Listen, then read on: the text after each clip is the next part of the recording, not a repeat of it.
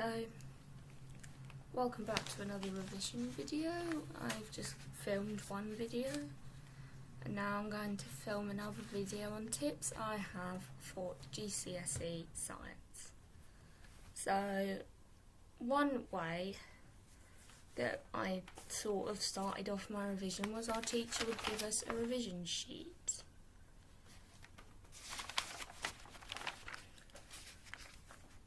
I think my exam board for science was OCR, I can't remember exactly. Pretty sure it was OCR. Could have been Edexcel, I don't know. What exam board it was, I can't remember. So that would be how I started my revision off. Another thing I'd use is I would translate this, I would also write notes on the back. As you can see, I do diagrams. This is sort of more class revision. I turn it into a revision PowerPoint normally. A PowerPoint, and then I would just constantly write it out till I could recite it. Malaria is a disease caused by an infection. What are the symptoms of malaria? I'd write out, and then I'd write shaking, chills that range from moderate to severe, high fever, profuse sweating, headaches, nausea, vomiting, abdominal pain, diarrhea. And then I'd do the same for flu and athlete's foot. It won't show up so well on camera because it's a white page. Then I did the same for sexually transmitted diseases. I know it's hard to see because it's on a white background. So I also did once try seeing if a mind map would work. And my maps are quite good. Like this one's quite detailed, like really detailed. And then you just learn what's off the mind map. Maybe get people to test you to know that you know the content well.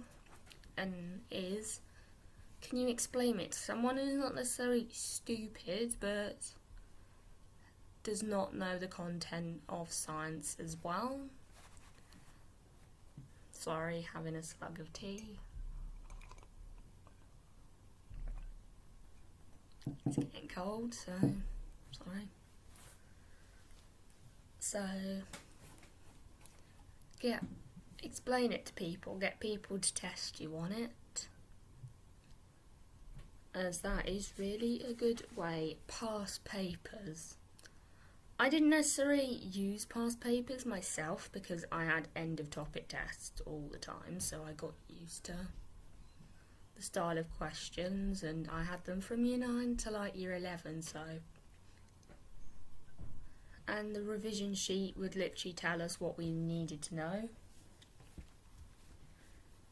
And all the revision sheets put together would be what you need for the GCSE. Also, CGP guides, just learn everything in the CGP guide.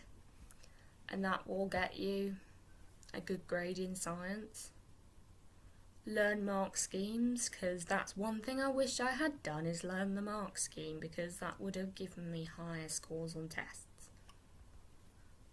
The same as probably me doing more past paper questions, but I found writing it out was helpful.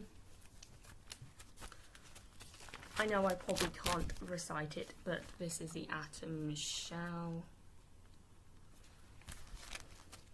And I wrote about everything. And then there's more sort of that's on the solid liquid gas, that's on the melting, boiling, freezing, the states of matter. Haven't done science in a long time, so I kind of can't remember stuff. Also, YouTubers. There's this man that does how to get that C in science if you're doing the foundation tier. how to learn all the C stuff that you need and how to get that C on the foundation tier. Good news with science is you don't need to resit it. If you don't pass it, you don't have to pass it. Yay! I'm not the best at science, but I'm definitely not the worst, so that's fine with me, not being the best at science. So,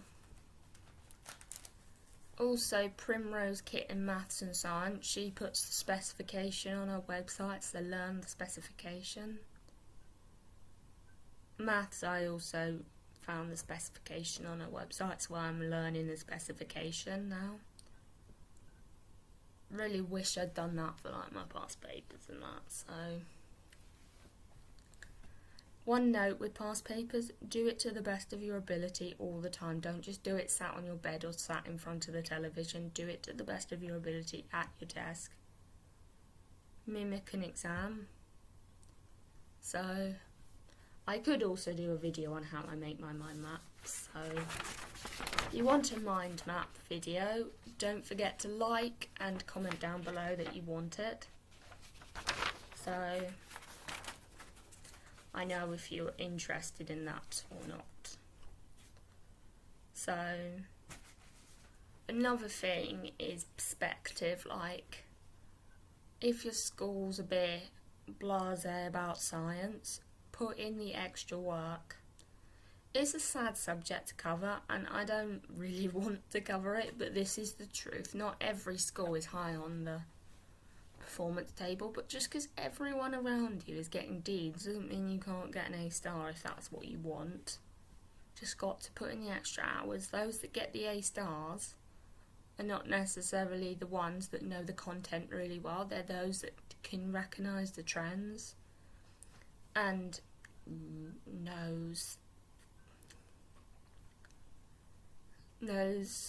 their past papers and their mark schemes and all that really well. Get A stars. This is just more of a side note. I can do a video on how to get an A star in science if that's what people want. Comment down below any video suggestions you would like, but particularly if you want an A, how to get an A star in science, or to-do lists on the last video, and mind maps.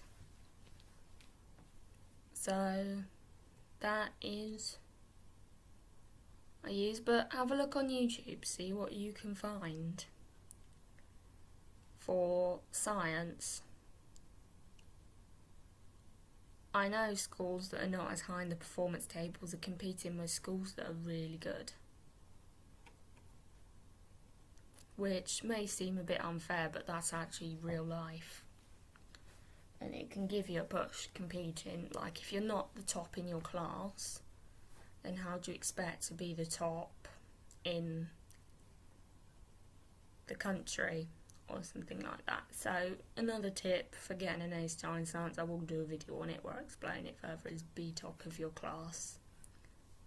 So, to sum this video up, perspective, past papers, mark schemes, specifications. Write it out till you can recite it. Mind maps.